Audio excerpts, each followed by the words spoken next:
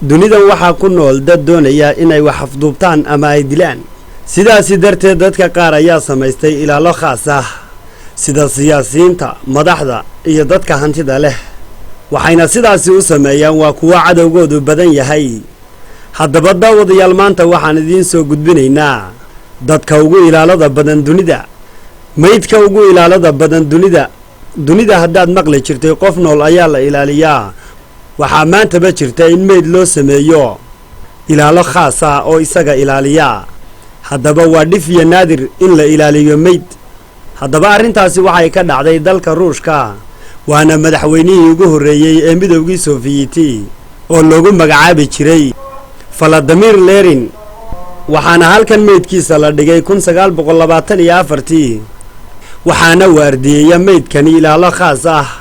muddo dhan 95 sannadood dadka ilaaliya waxay u arkaan si caadiya mana aha mid ay sameeyaan dalalka kale ee adduunku laakiin arrinkan oo kaliya waxa sameeyay dalka ruushka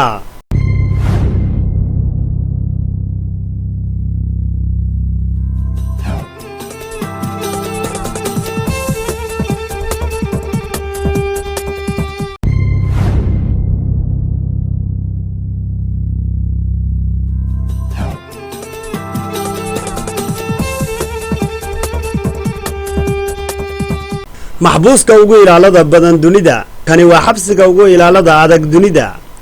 waxaana ku jira ninkani ku caanka ah ka ganacsiga daroogada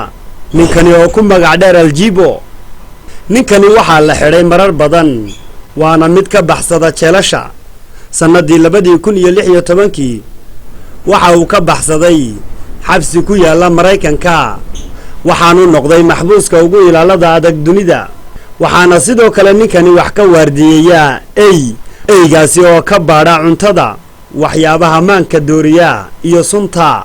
ninkani waxaa lagu eedeeyay inuu laayay dad badan oo Mexican ah oo ka ganacsan jiray daroogada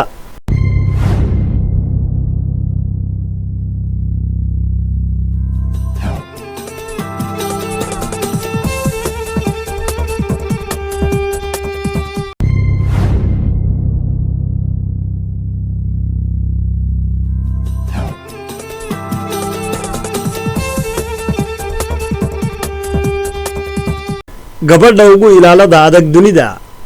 waxay ka dhacday qiso la yaab leh dalka Addis Ababa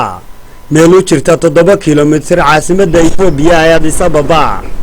gabadhan yar oo jirtay muddo 12 sannadood ah ayaa la waayay muddo isbuuc ah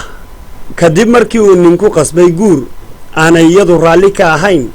kadib waa la waayay waxayna gashay cuunka iyadoo gabadhani la kulantay 3 libaax markii ay gabadhani aragtay libaaxyada waa iska oohisay waxaana dib uga laabtay libaaxyadii markii ay libaaxyadu arkeen gabadhani waa ay fiiriyeen kadib dib ayay uga laabteen libaaxyadu markay arkeen ilmada ka daaysa inantan yar kadibna waxa waardiye u noqday libaaxyadii waxaana la isweydiiyay sababta ay u cuni waayeen libaaxyadu laakiin samaysan dhicin in libaaxyadu cunaan cunugan yar oo waardiye ayay u noqdeen libaaxyadu fadlan haddaad ku cusub tahay channelkayaga subscribe saar si video kasta oo ugu horeeya aanu soo gelino bartayada YouTube-ka uu ku soo gaadho mahadsanid